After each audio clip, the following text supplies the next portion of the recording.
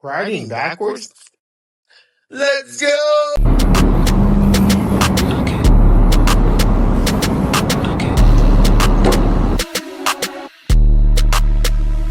Every electric unicycle rider reaches that moment. You see somebody rolling backward like they accidentally pressed rewind on life, and everybody standing around starts clapping like they just witnessed a magic show. Then your brain starts talking. I should learn that. 5 minutes later, your brain changes its mind. I should not have learned that. The first attempt looks less like riding and more like somebody trying to escape invisible bees, and people watching cannot tell if you are practicing or losing your mind. A lot of riders think backward riding is nothing more than showing off, and I used to think the same thing. If somebody told me they spent 2 weeks learning it, I would wonder if all the forward roads were closed. Then I noticed that the better riders all seem to know how to do it. Almost all of them. That made me curious because nobody spends hours learning something difficult unless it gives them something valuable. Turns out it does. Backward riding teaches balance in a way forward riding never can. When riding forward, your body already understands the movement from a lifetime of walking, but backward is different. Your brain suddenly realizes it has been spoiled. You lean when you should relax, you tense up when you should stay loose, and your feet start making decisions nobody approved. It feels like someone secretly changed the controls overnight. The funny part is watching your own confidence disappear. You walk into the parking lot thinking you are an experienced rider, and 30 seconds later you are negotiating with the curb. Learning backward riding exposes every weakness in your technique. If you grip the wheel too hard, if your posture is wrong, or if you panic, you notice immediately. There is nowhere to hide, but that is actually a good thing. The wheel becomes an honest coach that never lies. Some riders ask if backward riding can actually save you, and sometimes it absolutely can. Being comfortable shifting your weight in every direction makes slow-speed riding much smoother, and that confidence carries over into normal riding. You might encounter a crowd, a sudden obstacle, or a dog, and in those moments you simply need complete control rather than speed. The funny thing is, people expect backward riding to feel impossible forever, then one day something clicks. You suddenly ride backward for 5 feet and you celebrate like you just landed on the moon. Meanwhile, everybody else is wondering why you are smiling so hard after traveling the length of a shopping cart.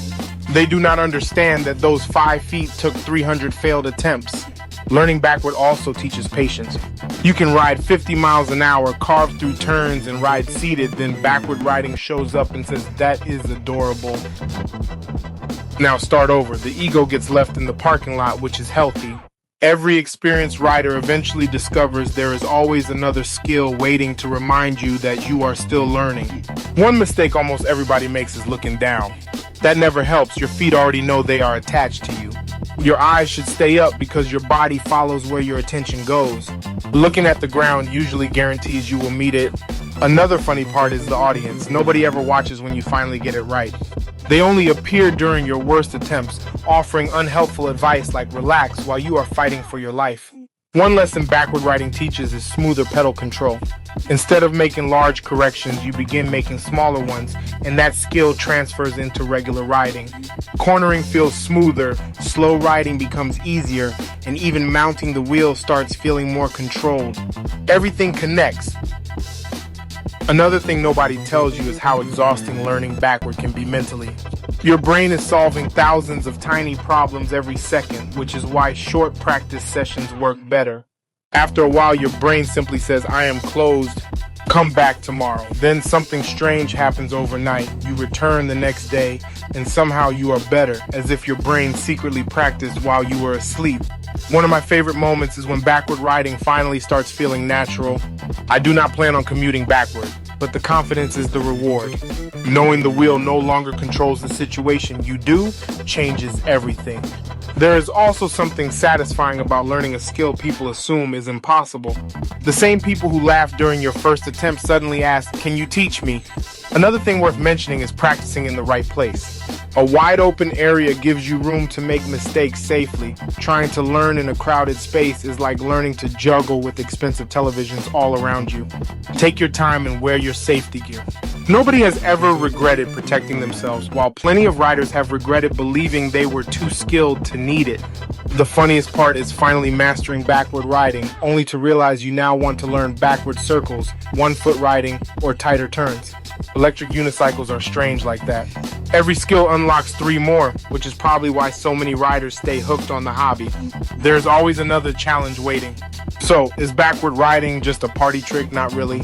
You can live without it, as plenty of great riders never spend much time doing it. But if you decide to learn, you will probably come away with smoother balance, better control, more confidence, and a deeper understanding of how your wheel actually responds. That is far more valuable than simply impressing people in a parking lot. The biggest surprise is realizing backward riding was never really about going backward. It was about moving forward as a rider. That sounds inspirational until you remember the first day when you were not moving forward or backward, but mostly moving sideways while arguing with physics. Sometimes the best way to become a better rider is to spend a little time going in the opposite direction. Thanks for watching.